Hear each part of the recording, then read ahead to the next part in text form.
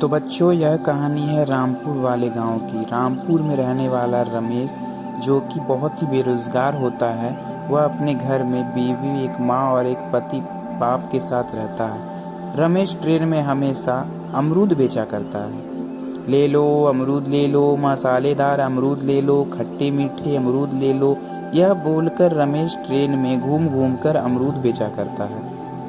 उसका अमरूद काफी मीठा लगता है, इसी कारण से पैसेंजर उसके अमरूद को लेते और खाते थे और सफर का आनंद उठाते थे। रमेश काफी खुश रहा करता था, उसे यह काम बहुत ही अच्छा लगता था। वह अपना कमाई का सारा पैसा लाके अपनी बीवी सुमिति को दे देता था। रमेश फिर भी सोचता था, मेरे पास फिर भी कुछ नहीं है। रमेश प्रतिदिन सेठ के पास जाके अमरूद उठाया करता था और अमरूद लेके रेलवे स्टेशन में जाके बैठ के ट्रेन का इंतजार करता था और ट्रेन में चढ़ के वही अमरूद बेचता था। रमेश गरीब के साथ साथ ईमानदार भी था, उसमें बहुत ही दयालु भी थे। एक दिन रमेश स्टेशन में बैठा हुआ करता था ट्रेन का इंतजार करते हुए, तभी उसके पास एक बच्चा टॉनी आता है। टॉनी बोलता है, भैया मेरे को बहुत भूख लगा है, कुछ खाने को दोगे? 2 दिन से खाया नहीं। रमेश यह सुन के बहुत ही पिघल जाता है और अपने टोकरी से एक अमरूद निकाल के उस बच्चे को देता है। बच्चा वह अमरूद को बड़े मजे से खाता है और उसका मन तृप्त हो जाता है। फिर बोलता है, भैया मेरे लिए कोई काम है तो मुझे बताओ, मैं भी काम कर कर अपना जिंदगी गुजारना चाहता हूँ। रमेश बोलता है, मैं तुम्हें क्या काम दूँ बच्चा, मैं तो खुद छोटा काम करके घर चलाता हूँ। टोनी बोलता है, कोई बात नहीं भैया, आप मुझे मेरे साथ रख लीजिए, मैं आपका बहुत ही मदद करूंगा, आपकी टोकरी उठाया करूंगा, आपके साथ बेचा करूंगा। रमेश ये सोच के बोलता है, चलो मैं इस बच्चे को रख लेता हूँ अपने घर में, कुछ काम करेगा और अपनी ज़िंदगी गुजारेगा, नहीं तो ऐसे ही अपने भीख मांगे स्टार्ट कर देगा।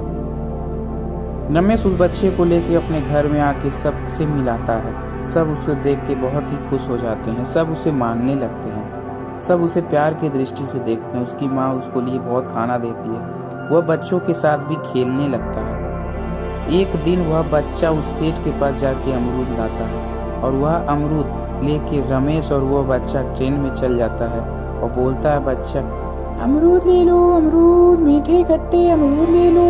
वह बच्चे की बात बहुत ही अच्छी लगती है, इसीलिए सारे पैसेंजर अमरूद लेते हैं और रमेश की बिक्री कुछ ज़्यादा ही बढ़ जाती है।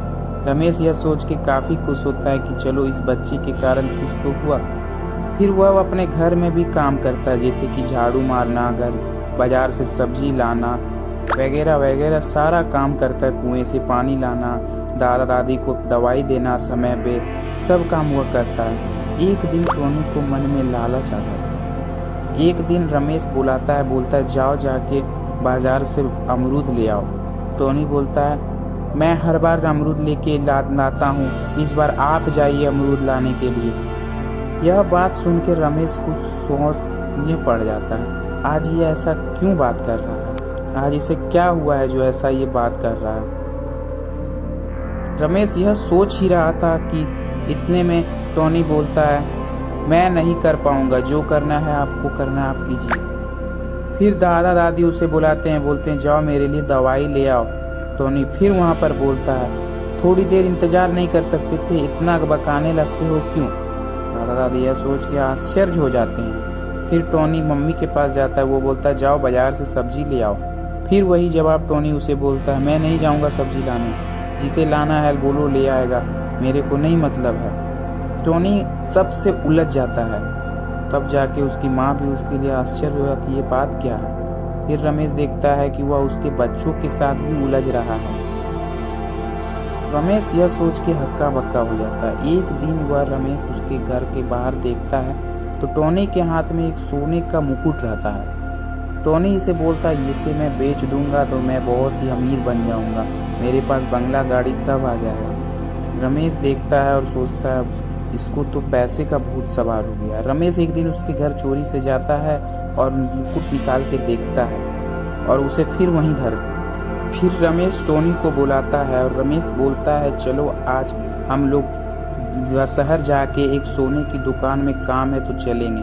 टोनी यह सोचता है और बोलता है, चलो भैया मैं चलता हूँ। टोनी क्या करता है, अपना रूम में जाके वह सोने का मुकुट लेता है और रमेश के साथ शहर के लिए निकल जाता है। शहर जाने के बाद टोनी बोलता है, भैया आप सोने की दुकान पे जाओ, मैं थोड़ी देर घूम कर आता हूँ। टोनी सोचता है चलो मैं दूसरे सोने की दुकान में जाके इसका डील कर लेता हूँ। रमेश बोलता है ठीक है जाओ। टोनी उसके बाद घबराता हुआ आता है और बोलता है, रमेश बोलता है इतना देर कहाँ थे? टोनी बोलता है, भैया मुझे माफ़ कर दो, मैं सबसे उलझ के रहता था, आपका भी बात नहीं मानता था, मेरे से बहुत बड़ा भूल हो गया। रमेश बोलता है क्यों, ऐसा क्या बात है, कुछ क्लियर बताओ। टोनी बोलता है मुझे एक रास्ते पे सोने का मुकुट मिला था, मुझे लगा था मैं उसे बेचकर बहुत ही अमीर हो जाऊंगा, पर वैसा नहीं है, वह सोने का मुकुट डुप्लीकेट है। मैं सोनार से पता किया तो मुझे बहुत ही घमंड आ गया था, इसीलिए मैं घर में किसी से सही से बात नहीं कर पाता था, मुझे माफ़ कर दो भैया। रमेश बोलता है मुझे पता है वो सोने का मुकुट नकली था, इसीलिए मैं तुम्हें लेके शहर आया हुआ था, देख लिए ना, घमंड मत करना, कभी भी कितना भी पैसा आ जाए मन में अपने आप में अभिमान मत लाना।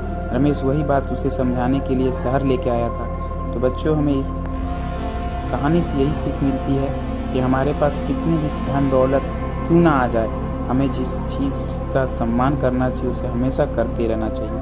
बाय।